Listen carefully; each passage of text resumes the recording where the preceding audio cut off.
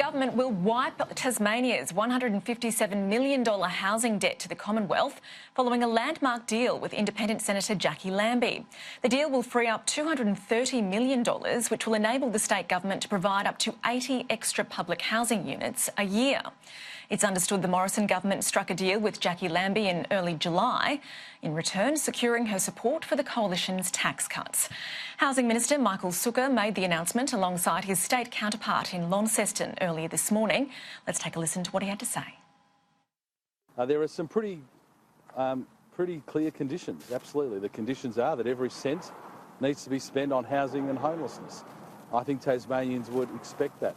The agreement stipulates that these payments or the forgiveness of this debt can't be offset by the grants or a GST allocation. So I don't think anyone in honesty could argue that this agreement does anything other than ensure every single cent is redirected where Tasmanians would expect it to go. Do you expect Jacqui Lambie to now support the government's position on drug testing for welfare recipients now that this has been passed? No, this is a standalone issue that is of significance to Tasmanians and therefore is of significance to the federal government. As I said, this is not something that has just occurred overnight.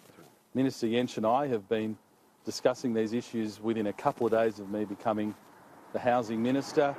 Obviously, it's had input from Senator Duniam, Senator Colbeck, Bridget Archer, Gavin Pearce and many others, and Jacqui Lambie. So it's been a team effort from Tasmania. This, though, stands on its own. This is a standalone agreement, and the reason why the federal government is willing to take what has been an unprecedented step to forgive this debt is because we have confidence that the Tasmanian state government, led by Will Hodgman, will spend the money wisely on projects just like the one we're visiting here today. But this deal wouldn't have happened without Jacqui Lambie. Well, this deal would not have happened without a chorus of voices, starting from Minister Jentsch, continuing with Bridget Archer and Gavin Pearce and Senator Duniam and Senator Colbeck and others. That's why I refer to it as a team effort, because it certainly has been.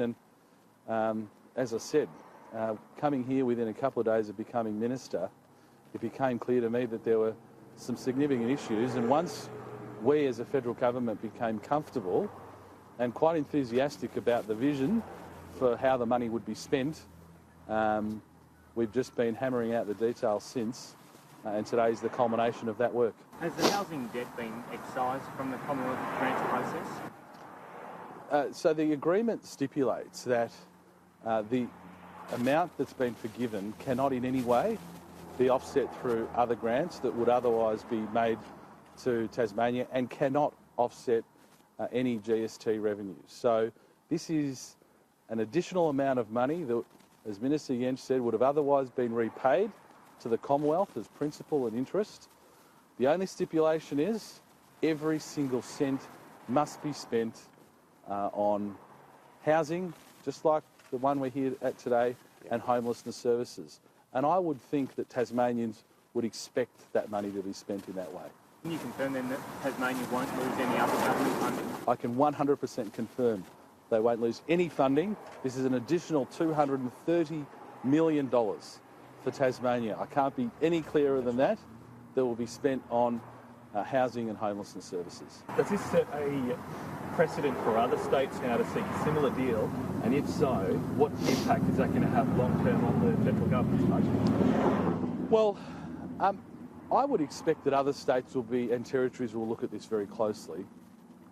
I think they'd be silly not to, but Tasmania has met a very, very high bar. And in discussions with Minister Jentsch from day one, he understood the bar was going to be pretty high for the Commonwealth to do this for Tasmania.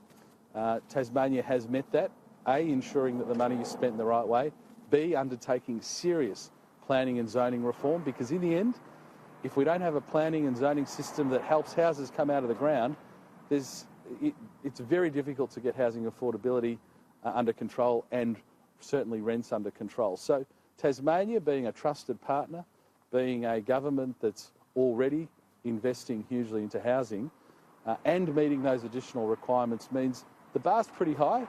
and any other states that were looking at it, I think, would realise pretty quickly it's a high bar.